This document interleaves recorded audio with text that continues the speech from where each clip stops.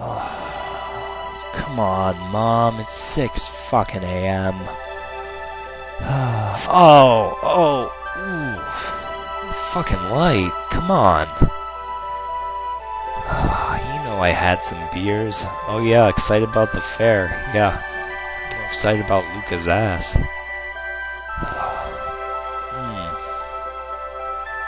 God damn. That fucking light. Jesus Christ. My fucking arm's asleep. Shit. Fuck this. I'm going back to bed.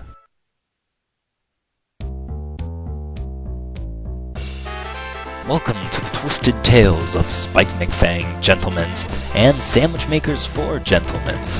In this masterpiece, I'm going to get you a bit into the knowing of this hidden classic that lays dormant on the Super NES. This wacky little game is little known by the people. It was one of those games you always saw sitting on the shelf, but didn't quite feel like taking it home since it was one of those good girls. Anyway, this game could be just as filthy and pleasurable, but you may need to brown bag it since she isn't quite the looker you'd like. So yeah, this game features around a young magician trying to be a warrior. However, a great evil has taken over the 3 islands of Vladimasco. What is this evil? Zombies.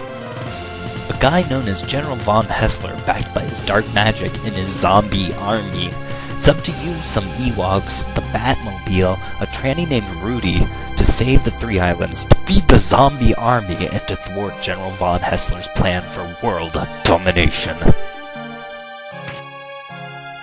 Now, did I just say Ewoks? I might have. Run, you little fucker! Run!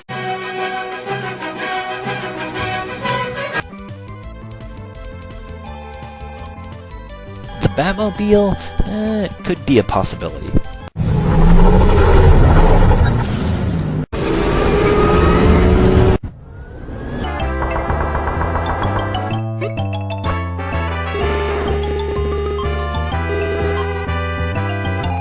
Those all may just be coincidence. However, this game does have a very touchy tranny named Rudy.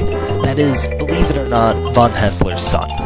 Dark magic, zombie army, chicks with dicks. Oh my. Let me tell you, I've run into my share of trannies before in games, and they aren't always what you'd expect. Gorgon, what have you done? That's not your mother, it's a man, baby! Think this game's a good girl now? Fuck no. She nasty. And don't make her laugh, she'll shit everywhere. So, Spike. He's a magician. Are you ready? His hat can fly, his cape can cut, and he can wield cards that do a great amount of damage, as well as random effects for your pleasure and his. Wait. Are you ready?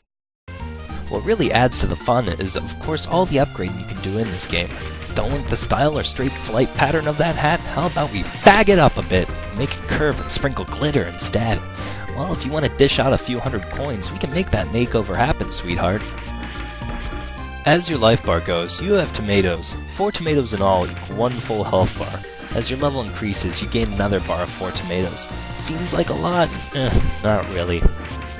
Later on, monsters can easily take a full 4 tomatoes off your ass in one hit.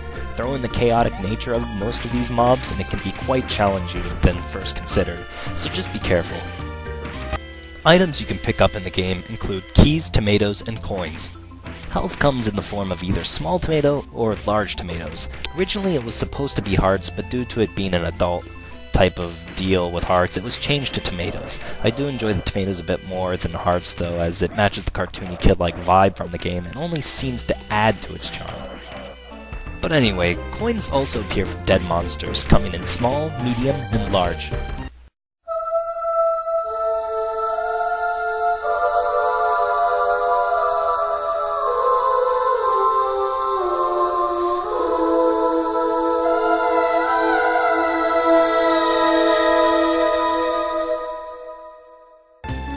I fucking swear, when I see one of these behemoth coins, everything stops. I quit thinking.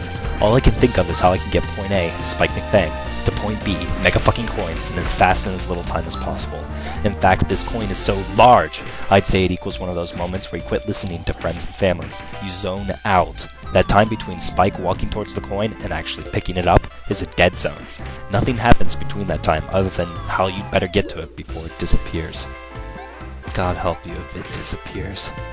There's a deep, deep place in hell for people that let good scotch and giant coin go to waste. I myself missed one as a child, and in doing so consider it one of the defining moments. I question my religion. I am paying for it dearly. Don't be like me! You get that fucking coin. You get it, and you don't let go. So, a magician can't do anything without his cards, right? You need cards, but how do you get cards? Well, you go to the slot machine, you stroke his shaft, pull the knob, and then give him 20 coins for a wonderful hand job you spent on him. Hell, he'll even make a moaning noise, which seems like he's giving you a clum baby, and you'll be swiftly rewarded with a hot load of random card. I can do it! I can finally do it! What?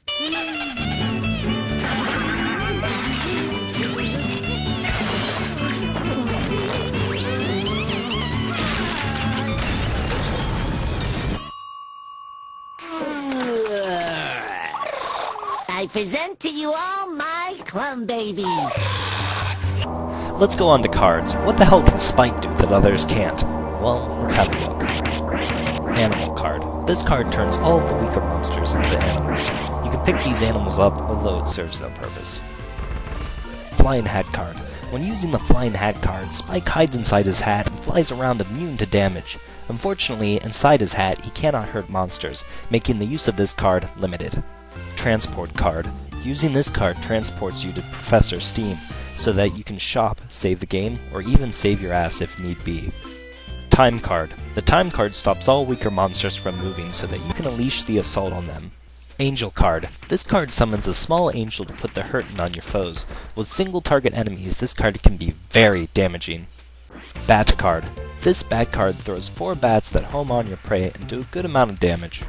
Companion card. This card makes it so your partner attacks like mad, very similar to the angel or bat card, although he can't fly over gaps or into the air, making it slightly worse than the previous two.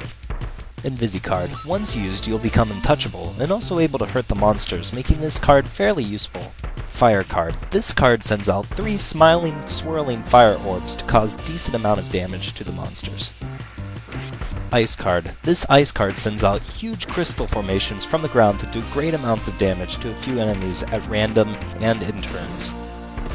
Lightning card. The lightning card is one of the fastest damagers in the game and can clear an area out in seconds. This card throws lightning down in an unrelenting arch of pain to kill any and all around you. Quake card. You think pulling a rabbit out of your hat is impressive? How about a fucking petrified river of fish? This card happens to be my favorite, and also is a very destructive card that sends stone fish to flop around on the ground and slam into your rivals. Other cards you can obtain include the Big Tomato card, which heals you for roughly 4 tomatoes, or the Tomato Juice card, which heals you for around 20 tomatoes total. The final card is the Soup card, which makes the boss known as the Freezer lose his invincibility. So these cards seem pretty powerful, right? Well, yes and no. At the beginning of the game, you'll be smashing through everything left and right with some of the more powerful cards you've collected. Later on, the bosses and monsters really start to pick up their game. Some bosses you may spend 6 minutes or more using almost every card in your arsenal and doing less than 3 onions of damage. Many bosses sport almost 10 bars of health, and after taking them down to 0, they often have a second wind, in which they will gain even more health than they had before. I'd have to say this game is much more difficult than first anticipated. I can fully understand why I quit playing the game as a child. It was waiting for me, knowing I wasn't ready. I needed my Master Sword, and the help of a princess that doesn't seem to put out. Okay, I won't make you pause it and go back. Here it is, a little longer. Oh, not very long. Wait, here it comes. Here, wait. Here, I promise. Here. Wait, no. Oh, it's gone again. Oh, here it comes. Here it comes. There it goes. Oh, it's back. It's back. Nope, it's gone. It's gone! It is gone! It's back. Wait, what was that?